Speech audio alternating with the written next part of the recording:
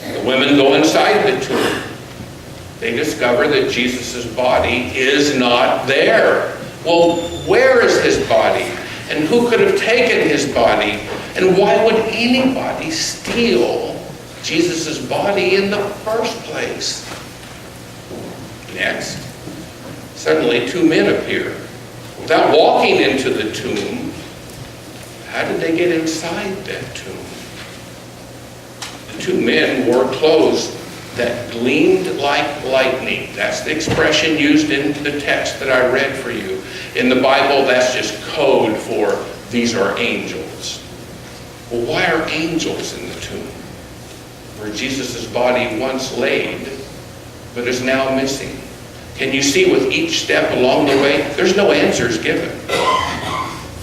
The women are frightened. They're so frightened, in fact, that they fall immediately to the ground and they put their faces to the ground. Hasn't enough already happened in these last 3 days? What now? Well, the two men speak. Why do you look for the living among the dead? What was that supposed to mean?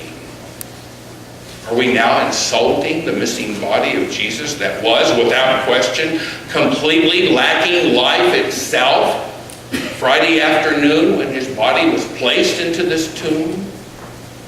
The two men continue. He is not here. He is risen. Would you say that again? This time slower? Women in grief don't need this. Is this some kind of mystery and now they're supposed to find and figure out the missing clues? Nothing improved at all when the women went back to the 11 disciples back at the upper room. The men wouldn't even believe the facts that the women were reporting, and that's all they were reporting were the facts that they had personally witnessed themselves. The disciples didn't believe the women's story, and the women didn't have any idea themselves what to believe about all they had seen and heard. Verse 11 says it succinctly. But they did not believe the women because their words seemed like nonsense. Well, what's made any sense at all up to this point? Well, there was this one last attempt. Peter ran to the tomb. Yes, the stone had been moved. Yes, the tomb was empty. The body of Peter's Christ was gone, though. Yes, the linen cloths were still there. But no, nothing made sense. Nothing began on Easter morning that made any sense at all. The last verse reads, and Peter walked away wondering to himself, what has happened? So what did happen? Thursday night was bad. Early Friday morning was horrible.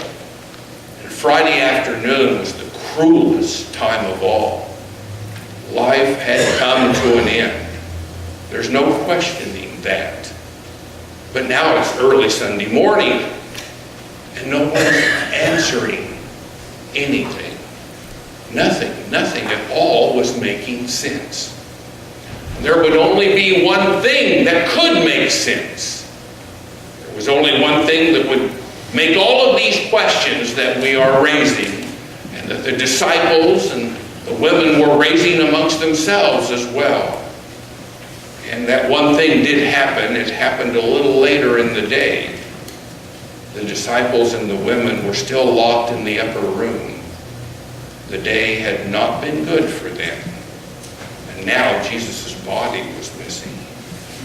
If they inquired about that body, would the authorities then try to make an example out of them next?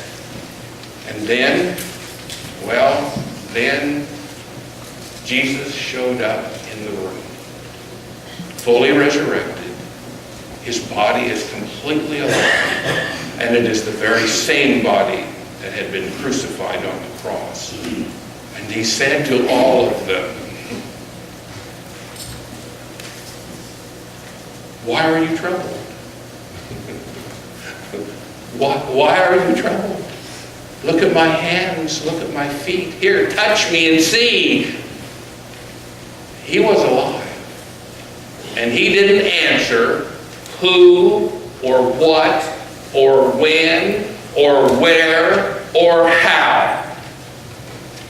But suddenly, everything that had not made sense no longer needed to make sense anymore.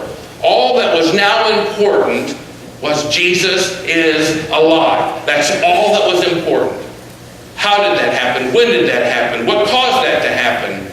Was anyone there to see it happen? All of those kinds of questions, totally unimportant now. He is alive. The risen Lord was above all previously unanswered questions. Your life and my life have those troubling days from time to time when nothing seems to make sense. I know that to some my words right now might sound naive. I know that. But I've learned a thing or two from my own stumbling in the dark, trying to make sense out of things.